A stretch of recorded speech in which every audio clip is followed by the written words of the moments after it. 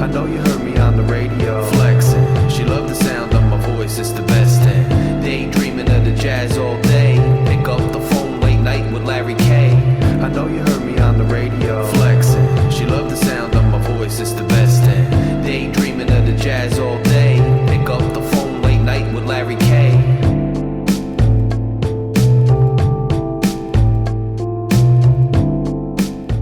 Scarlet Faithful, we sit here on this downtrodden, melancholy, forlorn Monday evening to discuss our epic loss to a state rival, Seton Hall, at home, Sunday evening. And I don't have a whole lot to tell you. What I can say is one thing: the Big Ten did, in fact, release a statement today on the Ohio State loss. The Big Ten did, in fact, clarify that the player who caught the pass and made the winning shot, who was out of bounds previously and then re-entered the field of play without reestablishing himself, the Big Ten did, in fact, clarify that that shot should not have counted. That was a violation. So Rutgers got a huge road win against Ohio State and should be 2-0 in the conference. But hey, we got the RU screw, and we are not going to get that victory. We are 1-1 in the Big Ten with absolutely no road wins. So that is what it is. But yesterday, we had a game against Seton Hall. We lost 45-43 in the waning minutes of the game. I don't believe we scored a field goal in the final 4 minutes of the game. Absolutely dismal performance offensively. Defensively, we held our own, but from what I understand, Seton Hall is not a very good offensive team, so it's no huge feat. I think our highest scorer might have been Andre Hyatt with 9 points. Everybody in the single digits. And I hate to say this, and this is just a thing. I don't even know if this is good or this is bad. This kind of just is.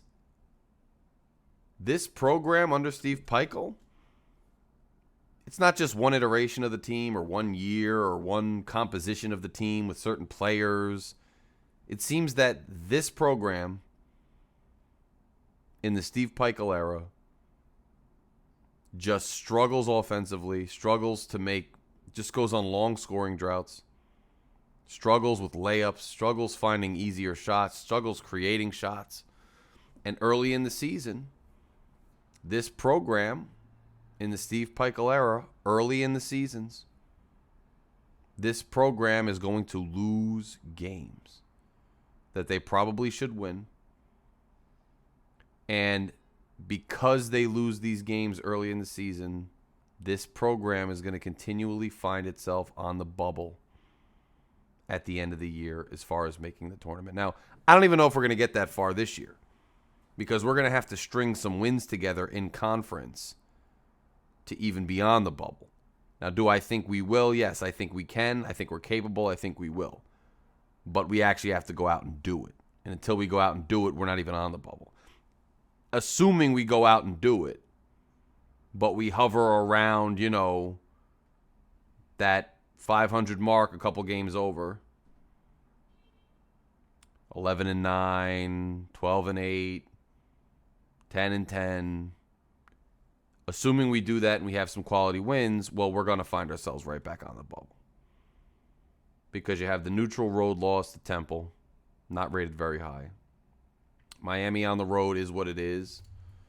But then you have this loss to Seton Hall at home, depending upon how Seton Hall plays the rest of the year. Now, we don't know, and everybody's always premature with these things, so we don't know for sure. But depending how Seton Hall plays the rest of the year, that very well could be a quad 3 loss, which is not good because we were at home and we blew it. Something that I'm starting to see as an emerging trend for this team thus far this year. Two things. One, it seems that this team has a ton of potential. And this is what's probably the biggest shame about this team. I think this particular team has a ton of potential. When the roster is playing up to its potential and every individual player is fulfilling their role and executing the way that you would expect or close to it, this team is extremely formidable. This team has a ton of potential. However, it's a shame because we're already putting ourselves well behind the 8 ball. Because on any given day, this team seems to show up with only half of its roster. Meaning, one day, half the guys are playing up to their potential and half of them are absolutely disappear. The next game, a different set of guys plays up to their potential and the other half absolutely disappear, and so on and so on. Sadly, and in traditional Rutgers fashion, the game I think we actually put it all together the most was against Ohio State on the road, where we actually took a loss, even though it was a win technically. And unfortunately, due to our own problems, which I talked about in the last video, and bad officiating, we're not going to get that win. But this game against Seton Hall, which we absolutely should have won. We should have avenged them for their loss they handed us last year at the Rock. We did not do it. We were ahead. We were outplaying them defensively, and we absolutely could not buy a basket. This is another game, though, where Cam Spencer absolutely disappeared. 4 points. He had some decent passes, and he took some threes. I wanted to see him honestly shoot the ball more. I know he wasn't feeling it. I know he wasn't hot, but you got to keep shooting, kid. He passed up a couple shots, and then the shots he took, he couldn't get down. When Cam Spencer's not going to show up, and I know we discussed that Cam Spencer had a problem with, maybe he had a problem with the step up in competition, but he was on the road against Ohio State. That was probably his best game against formidable opponents this year. And he played well against Ohio State. He was creating his own shot. He was sinking jumpers, doing his thing. And that was on the road against a Big Ten opponent. But once again, the next game, like I said, you never know who you're going to get. Cam Spencer disappeared. Here's the more alarming trend to me right now with this team.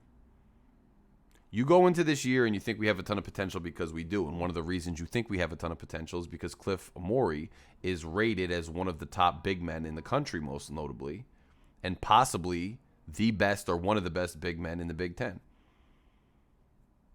Now, aside from beating up on lower tier opponents and aside from a second half against Ohio State, which was quite good offensively, he had a little couple-minute stretch at the end of the first half against Seton Hall that was decent.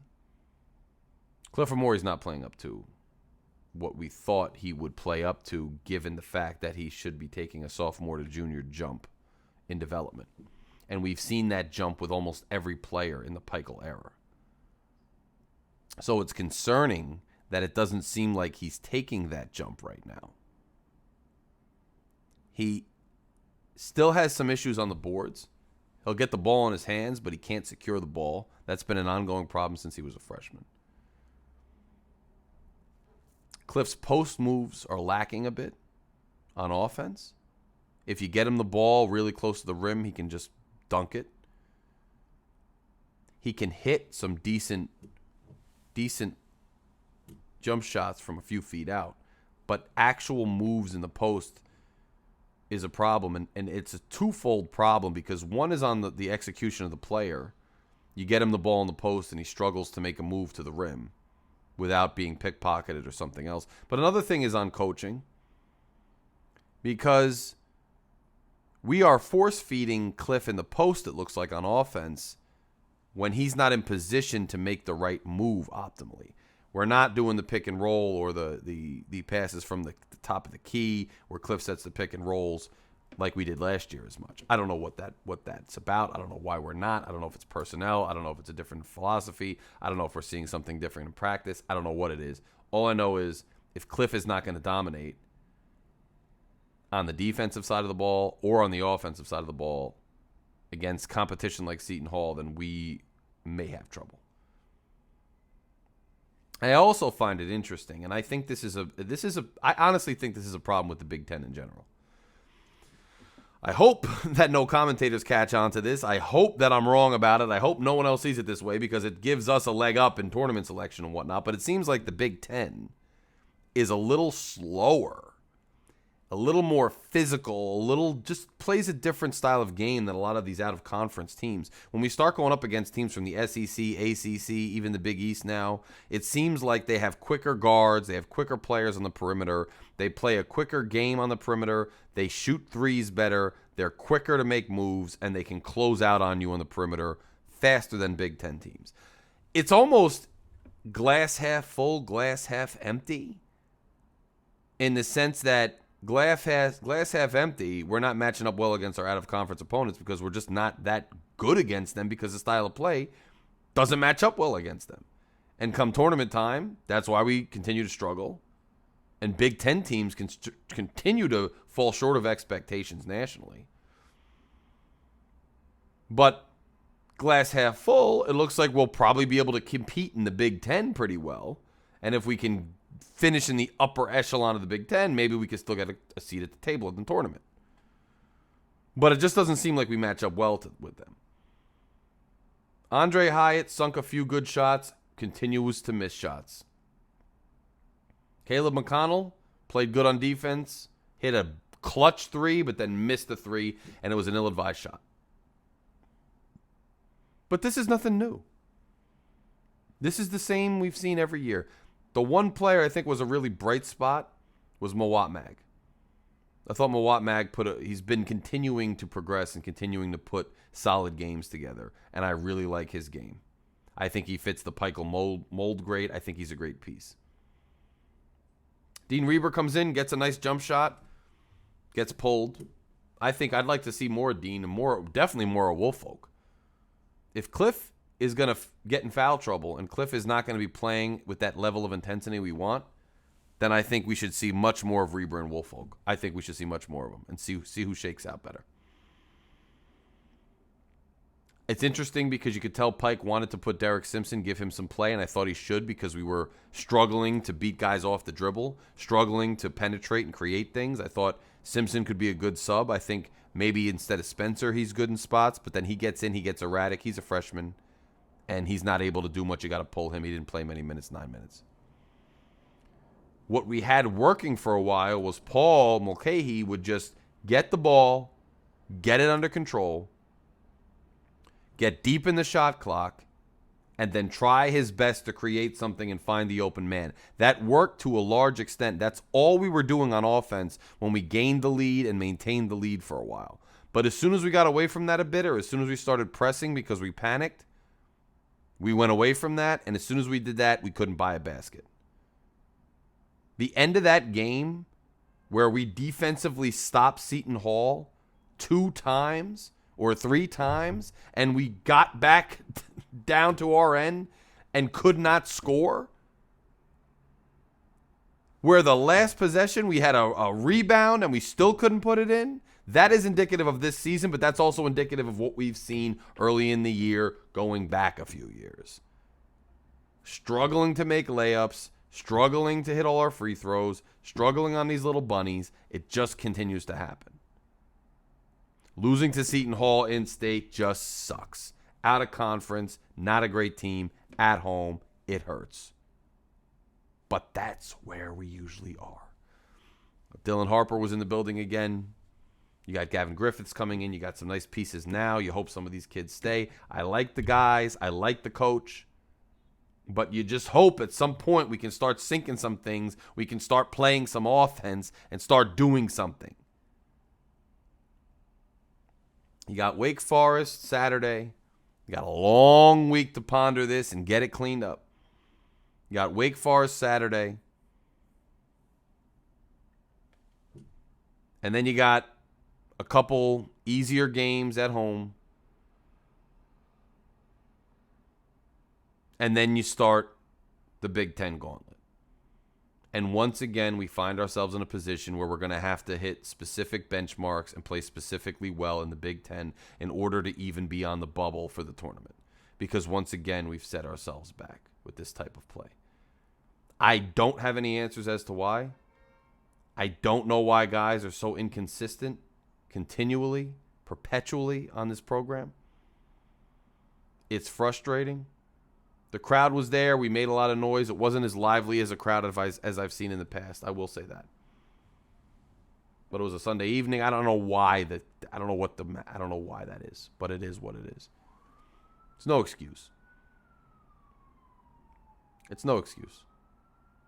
But when you combine getting screwed by the refs against Ohio State and then dropping the ball against Seton Hall, dropping the ball against Temple, dropping the ball against Miami, we had our whole roster now. There's no more excuses. This team has got to put it together. This program has got to put it together. This coach has got to figure out how to put it together. I think they will, but it's just frustrating that we may once again be holding our breath come February, March because of the hole we put ourselves in early in the year. Now, take nothing away from Seton Hall. They had a great game plan. They knew how to defend us. They defended us well. They played relentlessly. They played with tenacity.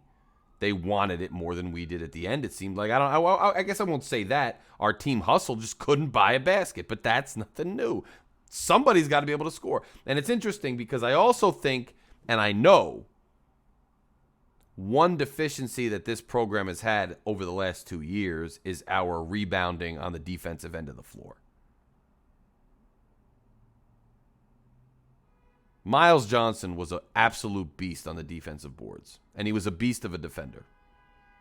Offensively, he struggled oftentimes. It's a bit concerning that Cliff Amore has not developed that aspect of his game as much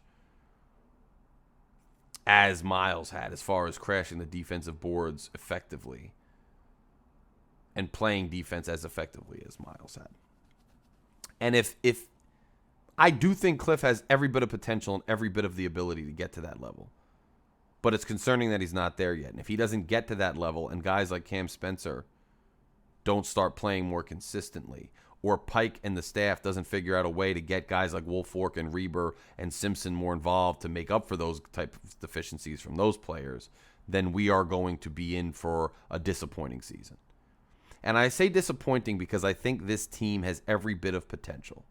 I think this team has shown us at different times and different players on different days have shown us what they are capable of, and the sky's the limit.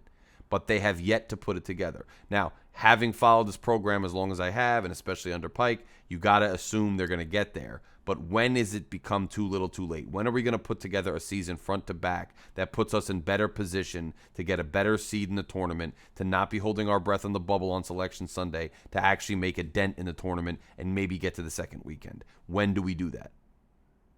I'm not sitting here complaining about the staff or the prospects or the future. I'm simply just venting and talking about the current state of affairs. And the current state of affairs is nothing less than just extremely frustrating. And that's where we are. But guys, I wanted to talk to you about Seton Hall. Smash the subscribe button if you haven't done so yet. It's right underneath me. Subscribe button is right underneath me. It takes a millisecond to just hit. Just hit that subscribe button. Let's grow this community. Let's bring on more content. I know there's not a ton of Rutgers content out there in the off days and whatnot. I'm trying to provide that little content, that gap, so you can get your Rutgers fix, your Rutgers athletics fix when we can, when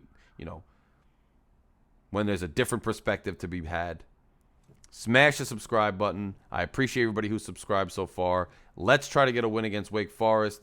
Let's get the ship righted. Let's put this behind us, and hopefully come February and March, we're not even thinking about this game anymore, just like last year we weren't. But let's start getting some consistency. I pray they do. It was very disappointing to leave Jersey Mike's Arena Sunday night this week. Subscribe, and I'll talk to you all very soon. Larry K. out.